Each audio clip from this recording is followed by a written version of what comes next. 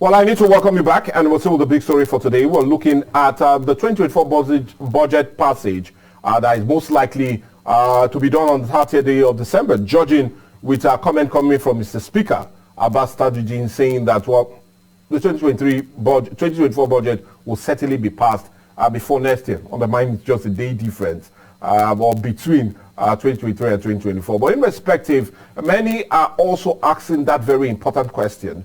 It's not about passage, but about implementation and how really sincere would this administration be in the area of implementation, so at least it can have that direct impact on the life of many Nigerians. But anyway, a Nigerian right here helping us to talk about it is no other person but Mr. Wilson Iboje. That feels a bit different about, well, not just the quick passage, but also looking at the issue of supplementary budget that has also characterized our budget cycle all through the period of 8 years now and going to 9 years. Would that also be what we'll definitely get coming into next year, knowing that the easy or the quick passage of the 2024 budget will be? But anyway, all these major questions are the ones we're really looking at. But anyway, let's quickly go get a message from our sponsors, Benita Gas. And when we come back, more discussion centered on the passage of the 2024 budget and likelihood of its possible total implementation. Oh, yeah, follow the road, auto better quality. If you dey talk gas matter, oh, yeah, follow Beneta. Gas with the better quality, Beneta gas. Gas where they full rich man to Beneta gas. Home delivery, brother, na sharply. Beneta gas. For Beneta gas, no mango. Beneta gas. Different type of gas cylinder. Beneta. I mean, that gas we go last you well. Na Beneta gas. For gas matter, Beneta now do. Beneta gas. Gas service in a them they run. Na Beneta gas. Beneta make you carry go. For gas matter and home delivery, make you wire Beneta gas plant for 080-6745-7890 and 080-5904-7722. Beneta gas plant, the Tequele of gas matters. Well, proud sponsors of the big story on Quest today, and that's Beneta Gas. They're located right here in Ughelli, Warri, and environs. And you just be doing yourself a good if you can still come over to us and let's talk business, because the big story is big enough to accommodate all your businesses, and well, you just will be reaching a large listener and viewership that we always pride ourselves of having. But anyway, we're still having that discussion, and we're talking about the 2024 budget passage, and well, Nigerians call for total and proper implementation. Yeah, before we went on the break, we were almost like comparing the 2023 budget and the 2024 budget in terms of padding and increase that normally characterize such budgets. Over the years, we've had either the National Assembly increasing the budget, saying that the federal government did not think of this and this and this and had to add to it. And we've really had them reducing the budget proposal. But anyway, like no other person but Bamidele has said that there's no plan of doing such under the 10th National Assembly. But anyway, I know you do have strong reservation about its comment though. Well, anyway, let's leave your reservations first and rather still look at more of the comparison between the 2023 and 2024 budget. And one I want us to already look at is another major issue is that seems to caught the eyes of many economic experts as it concerns the 2024 budget is the budget deficit. Now, the president has pegged the budget deficit for the 2024 fiscal year at 9.18 trillion naira. And funny enough, this deficit represents about 3.88% of our Nigerian gross domestic product. And the 9.18 trillion deficit is lower. It's good I really emphasize this. It's lower than the 13.78 trillion deficit recorded in the 2023 budget, which represents about 6.11% of our GDP. Now, we are talking about, you made mention of having the right persons to help push this budget through. And many are already saying, well, it looks as if the government is now thinking towards less borrowing.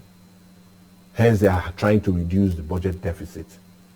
So all they are thinking of is generating more and borrow less in the coming years ahead. undermining our budget, our debt profile has spiraled into going to almost 90 trillion. It has increased by almost 30-something trillion in the last 4 or 5 months. But let's look at this. We're not having a more reduced budget deficit than we did in 2023. And there's every likelihood that this might be a new practice.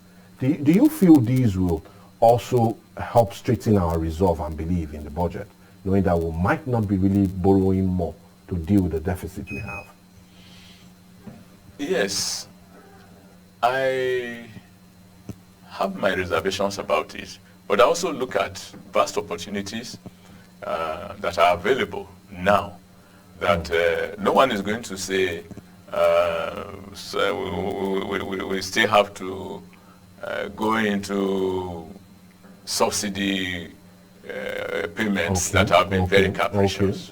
Yes, because in the past... So that's why you feel the deficit is a bit reduced? Yeah, it's a bit reduced, because at least the government now knows that as long as there is not going to be need to source for money to ensure that petroleum importation is subsidized, there's a certainty that the figures that have been put in place can be managed, except those who are to do it are not careful enough. And that's what I think the president must monitor. Okay. The president should be able to should have the political will to set up a task force to monitor a lot of aspects of the budget if it's to come clean from the experience we had in the past. So there is a chance that he can succeed, but the truth is that deficit budgeting is dangerous for countries that do not have a solid economic base. We cannot rely on petroleum production as a solid economic base for now, because in the past when we did that, we ran into difficulties, especially when the prices in the international market. Any time there were variations, any time there were crises in some places, we found ourselves, just sitting down helplessly. Now, we have a chance of getting through all this with careful planning and careful implementation. Although I still have my reservations about the extent of planning that has been put in place. You talked about planning, but let's come to the crux of the matter, and which is the reason we're having this discussion, and it's the issue of implementation. Nigeria have had these hazardous belief or feeling about our budgets. They feel it's mainly on paper, and it does not truly represent or does not really have any major impact on the ground. That's everybody's belief. When you go through the streets, the ordinary man will just laugh at the mention of a budget. They look at it and say, 27 point something trillion. Well, that's just on paper. And they do not see it being reflected on the ground. Successive budgets have been like that. So why is it that we have this premise that our budget is just on paper and not on ground? Why is that so? It will help to either strengthen the resolve of the government to do more when they see that Nigerians are now beginning to believe in their budget. And it will not only do that, but it will also give Nigerians a feeling of hope that maybe really there will be change and changes to come.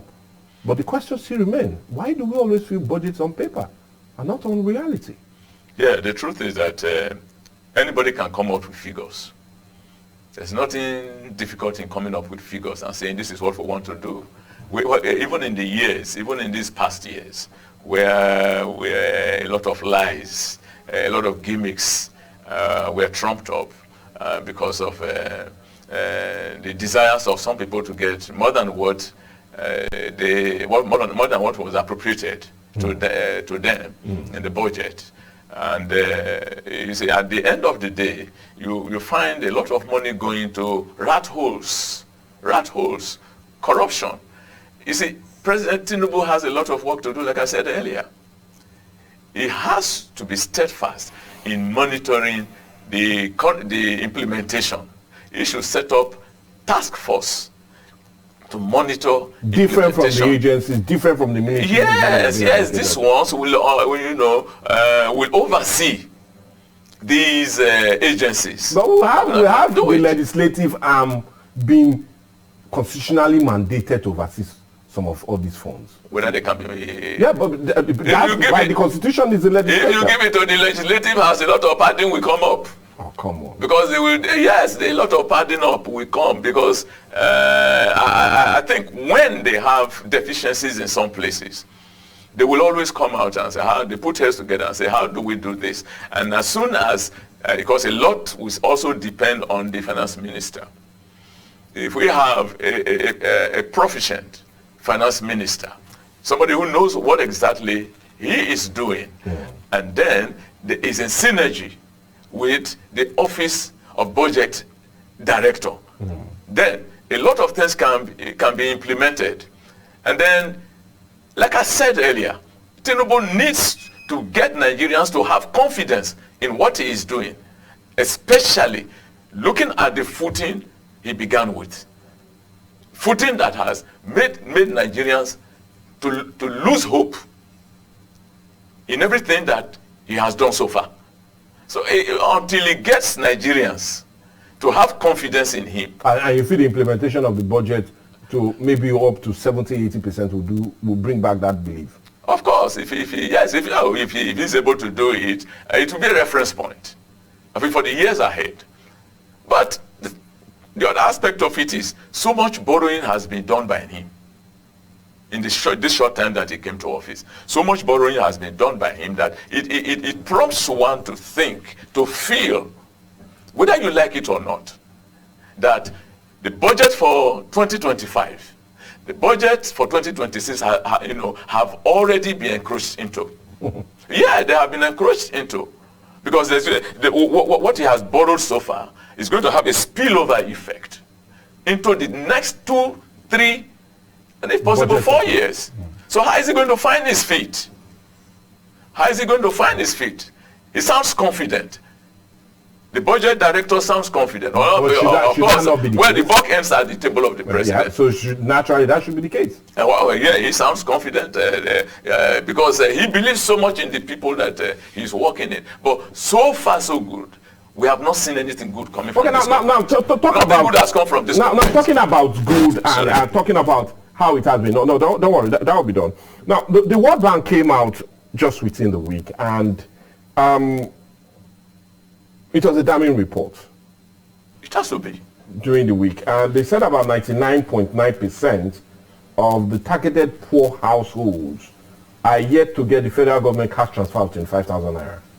Now, the economist for Nigerian, Alex Sinat, said only 0.1% have received the total amount of money that the federal government promised to deal with cash transfer to vulnerable Nigerians on account of the removal of the fuel subsidy.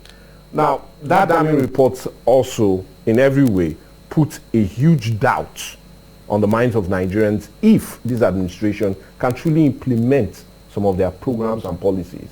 And the budget is the #1 policy program of any administration. Of course, that's true.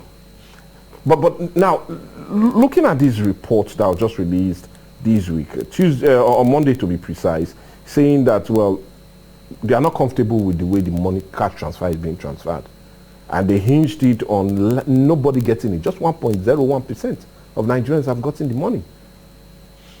Should we now not come to a different organization that will deal with the issue of checking what government have done? If you feel those that are saddled with the constitutional responsibility of doing so have not been effective, can we not have international bodies, something like Amnesty International, that helps to check how transparent your human rights records are? Can we not have, we do have a budget that helps to check, but many would say such implementation has not, such check has not really been effective. So what's your view on that? Because that's what most are now beginning to feel, that the only way we can get it right when it comes to implementation of programs and policies of every government is if we have an independent body that will help to monitor the full implementation of all of this. That's why Nigerians don't have confidence in any government that has ruled this country, especially this past 8 years. Nigerians don't have confidence. It has made Nigerians to lose confidence in everything. Now, if you remember, November 28, the day before the budget was announced, you talked about square pegs in square holes, round pegs in round holes, and I asked you, what are the square pegs and what are the round holes, and where have they fitted into? And in my follow-up, I mentioned that given the proposals, the figures that Mr. President submitted as his own plan for implementation of palliatives, you will now see that I preempted what the World Bank has brought out. I said that if the president does not have the political will to implement this thing, to ensure that these things is pushing out are properly managed, we are not going to have any positive results at all. And that's exactly what World Bank has come out with. You don't be surprised. This money is nowhere as we are discussing. Only 1% got it from the report there. 99.9% haven't got anything. If you go in to search out, go to the agencies involved, this money is nowhere. The 99.9% that was supposed to have been given to these other Nigerians, vulnerable Nigerians, is not available anywhere. It has gone into the pockets of some individuals. Now the question is whether the president will be able to come out and say, we want to get to the root of this matter. What happened to this money? Where is it? Because the money was disbursed, certainly. Money was disbursed to state governors. In some states, I think I remember reading something in one paper where an estate where there were about 48 houses. Only one person got half bag of rice. So who is culpable in a situation like this? Until the president sets up an agency to monitor these things, Michael Ray, there is no implementation of anything here that will give us good results, because they have demonstrated it already. People just came into office. 6 months into their tenure in office, all that they promised have failed. So much money was released as as a palliative to cushion the effect of the petroleum subsidy. No result that was removed. No result has come out. Now World Bank has come out to remove the lid from the bin for the whole world to see. I said it, that it will take the grace of God for those who are supposed to implement these things to do it the way we expect, because it has become a norm in Nigeria that when you are appointed into any public office, go there and get what you can get. If you don't get what, if you don't do what other people are doing, don't come back to us empty-handed. And we'll come back to that discussion soon. We need to go on a break now again and get to do some commercials. But when we come back, we really wrap things up today on the show. We're talking about implementation. What do we need to do to ensure that government policies, programs are fully implemented? Should an independent body be saddled with the responsibility? Should it be controlled by government? Should it just be a total different organization? What do you feel? Let's go on a break though.